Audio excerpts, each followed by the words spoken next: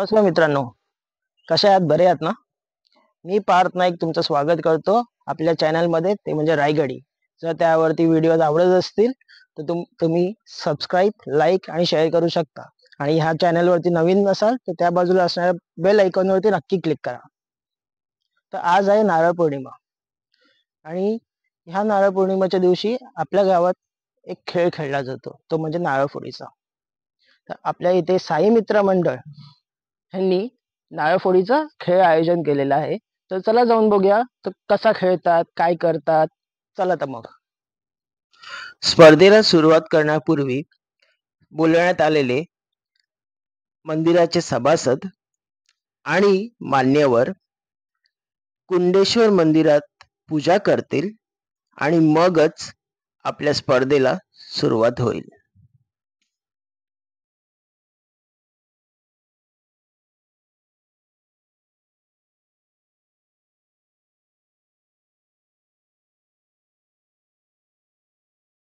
नोंदणी केलेले संघ मालक आता चिठ्ठ्या उडवून कोणाविरुद्ध कोणाचा संघ आहे हे बघून आपल्या स्पर्धेला सुरुवात होईल. आणि हे बघा, आपले मस्त भव्य असे चषक आहेत. कसे दिसत आहेत? मस्त आहेत ना? आपण आता थोडक्यात माझ्या बाबांकडून या स्पर्धेबद्दल जाणून घेऊया. नमस्कार. श्रावण महिना सुरू झाला की कोकणातलं वातावरण एकदम बदलून जातं. एक नवीन उत्साह संचारतो. निसर्ग खूप छान असतो आणि अशा वेळी कोकणात नारळफोडीचा खेळाचा उत्साह काही अप्रतिमच असतो.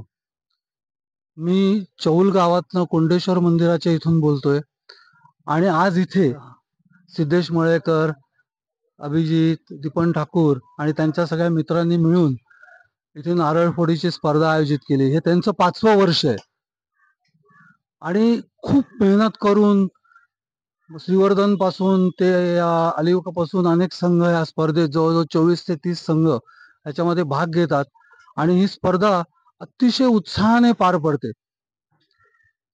नारळफोडी तुम्हाला सांगून आश्चर्य वाटेल की एक एक नारळ 5 ते 10 हजार रुपये किमतीपर्यंत विकला जातो. एवढं ह्या नारळफोडी स्पर्धेचं संपूर्ण कोकणात क्रेज आहे. म्हणजे तुम्ही पालघर पासून जर केळशी, रत्नागिरी इथपर्यंत पाहाल तर नारळाचा ह्या नारळफोडीचे नारळ जे आहेत ते विक्रीचे, त्याच्यासाठी ही तरुण मंडळी इकडे तिकडे एवढे फिरत असतात महिनाभर की तुम्हाला सांगितलं तर त्याच्यावर विश्वास नाही बसणार. आणि आजपासून म्हणजे नारळी पौर्णिमा जवळ आली की संपूर्ण कोकणात हा एक उत्साह वेगळाच असतो.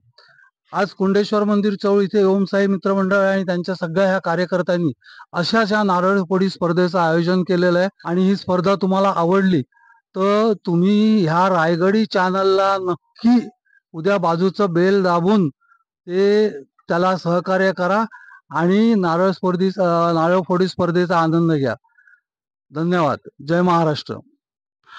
मुंबईत जसे हातावरचे नारळ खेळले जातात आणि बाकी काय कोकणात पण हातावरचे नारळ खेळले जातात, तसेच आपल्या या चौल गावात आणि बाकीच्या काय गावांमध्ये पण असा निराळा असा खेळ खेळला जातो. ह्याच्यात 2 संघांमध्ये प्रत्येकी 5-5 नारळ असतात.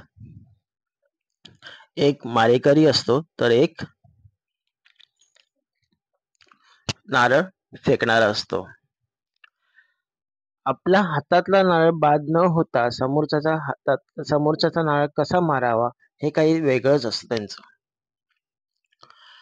आणि अशीच ही स्पर्धा एकामागे एक final, quarter final, semi final आणि नंतर फायनल झाल्यावर बक्षीस समारंभ असतो. हा बघा, असा एक उत्कृष्ट असा एक फटका दिलेला आहे आणि एका फटक्यातच त्यांच्या नारळाचे 2 तुकडे झालेत.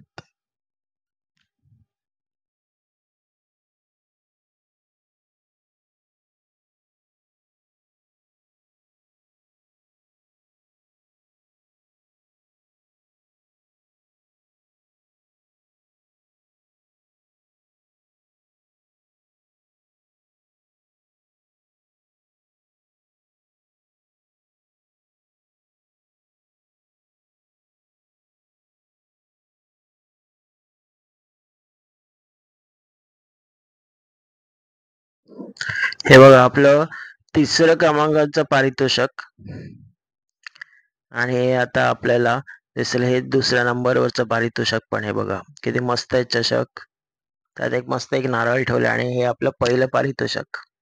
चला तर मग हा व्हिडिओ इथे संपवतो. तुम्हालाही नारळी पौर्णिमेच्या हार्दिक शुभेच्छा.